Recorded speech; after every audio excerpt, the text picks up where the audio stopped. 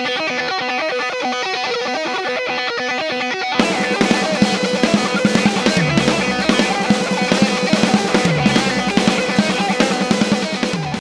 and welcome to Movie Mayhem here at Superior Works Cinema, where we watch all the movies. Today we're doing another random movie review, this time of a different series, the Wrong Turn series. 5 movies in the series to date, and again I chose to do this series because they all have very similar plot lines. It seems kind of pointless to review them each individually. The original Wrong Turn came out in 2003, directed by Rob Schmidt, who has gone on to do, I think, one other movie I haven't seen, and he did do an episode of in the Masters of Horror series. Stars Eliza Dushku and Jeremy Sisto. When Wrong Turn came out, there was kind of a rut, especially, post, 89? All the way up until the early 2000s, of horror movies that they would try to make slashers, but the MPAA, with their, militaristic nonsense, wouldn't let, any amount of blood be in a movie. So, unless they were direct-to-video, or from Europe and you imported them, they sucked. There was no gore. So what's the point of a splatter film with no splatter, right? Wrong Turn kind of did a good job. I was really surprised when it came out.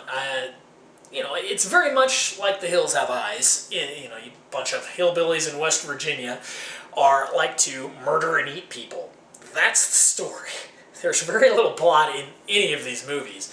The first one, it's got a group of people. They go off and make a wrong turn and end up in the middle of West Virginia, where they are slowly picked off by these mutant hillbillies.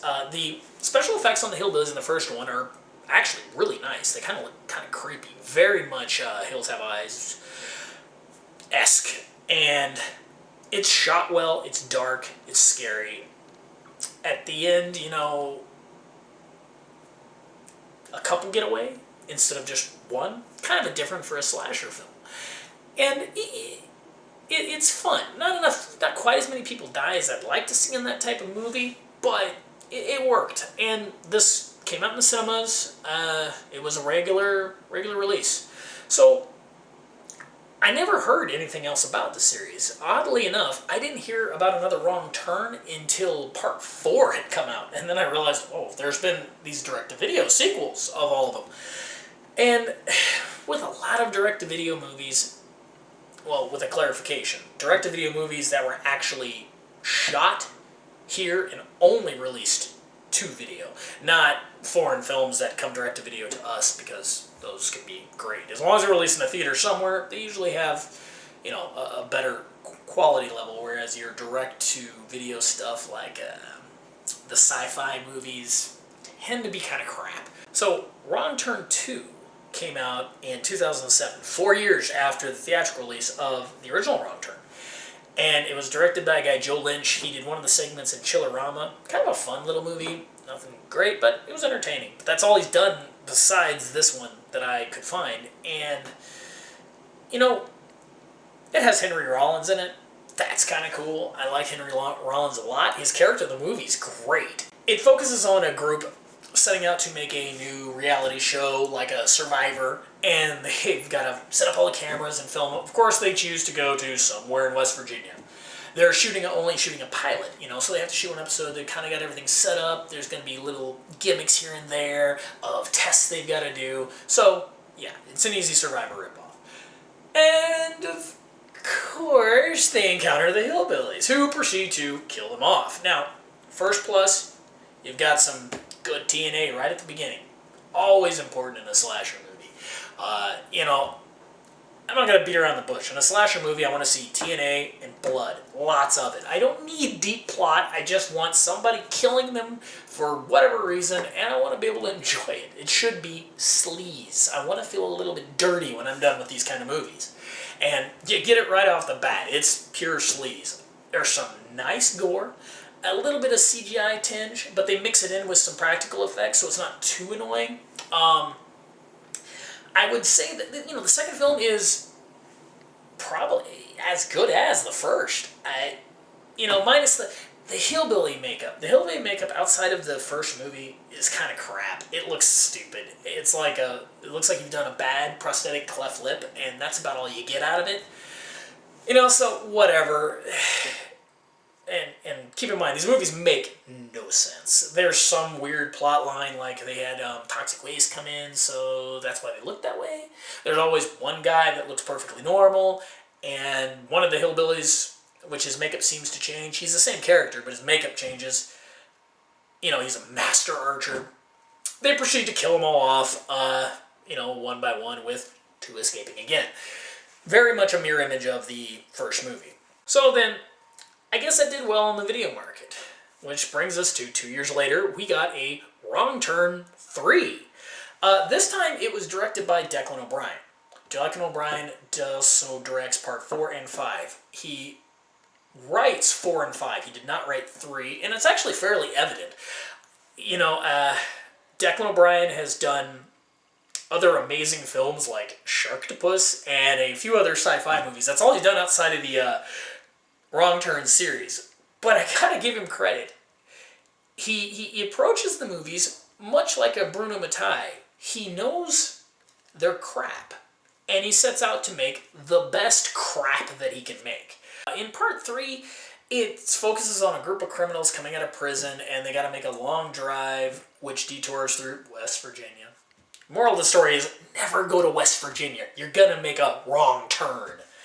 And eventually they attempt to break out one of the prisoners, so these criminals and a couple marshals are wandering through the forest, wherein they're picked off one by one by one.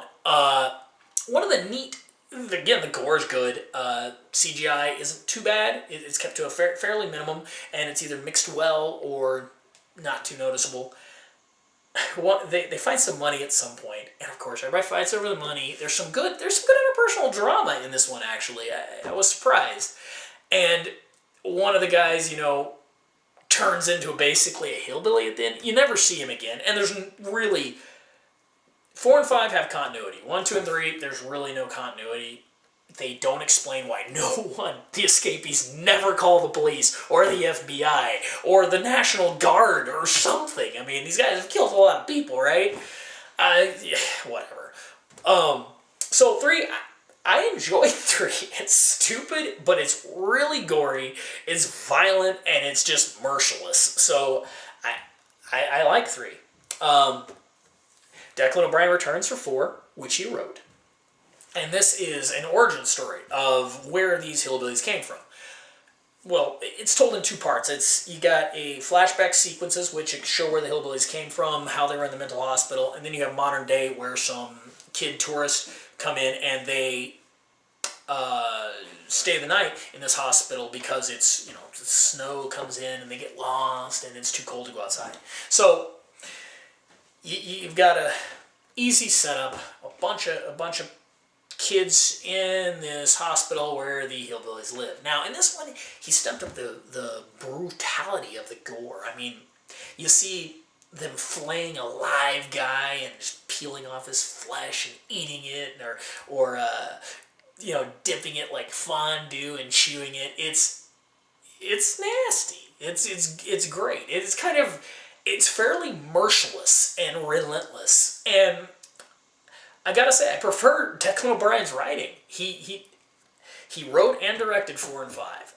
And starting with 4, these are merciless killers. There's no hope for anyone in the movie. They're all gonna die horribly. And you get a lot of gore. It's good gore, it's brutal gore, vicious.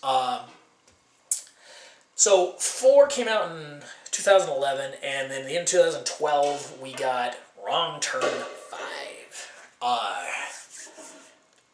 I gotta say, it's the best one. This is a pure, straight-up, gory slasher flick with little to no remorse. He does some nice things with the characters. I actually was interested in some of the characters, even the non-mutant father figure to the characters. I guess he's their uncle. It's a little... I'm not quite sure what relation he has to them, but he calls him Ken. he is a vile son of a bitch, and his acting is great. The female sheriff, her acting is great. For a direct-to-video slasher, this is fantastic. It's a fantastic movie. I mean, you're going to see tons of brutal killings, just vicious gore. It's unrelenting. These are evil super killers. There's no justification given to their killing. They're not, oh, they were so tortured and blah, blah, blah. Who cares? They're just killers. So, as a straight-up slasher fest, it's fun. So, there you have it. That is the Wrong Turn series as it stands. There may be a part 6. I don't know. I'm going to say my favorite is definitely part 5. I would say that one is just easily the most entertaining. So, let's review them. The original Wrong Turn, I'm going to give a nice 6.5 out of 10. Wrong Turn 2, same score, 6.5 out of 10. Fun, nothing too crazy. Wrong Turn 3, probably right about the same, another 6.5 out of 10. The story was a little bit hard to swallow. 4, again, for this type of brutal slasher film with little to no plot, I'm going to jump 4 up to a nice 7 out of 10, and 5, an 8 out of 10. I really liked 5. It was fun. It was relentless. The video quality of these, there's jack for extras. So, I mean, that's one knockoff right there. Video quality on the original is kind of soft focused, you know, so let's go with a 7 out of 10 for the first one, and then with 2 through 5, they were all shot high def digital. They all look really solid. No extras at all, so I'm going to stick them all with an 8 out of 10. I hope you enjoyed this review of the Wrong Turn series. And if you haven't seen them all, I definitely say check them out. I ended up enjoying the sequels more than the first one. So be sure to like the video, share it, provide comments, anything else you want to see. And we'll see you here next time at Movie Mayhem.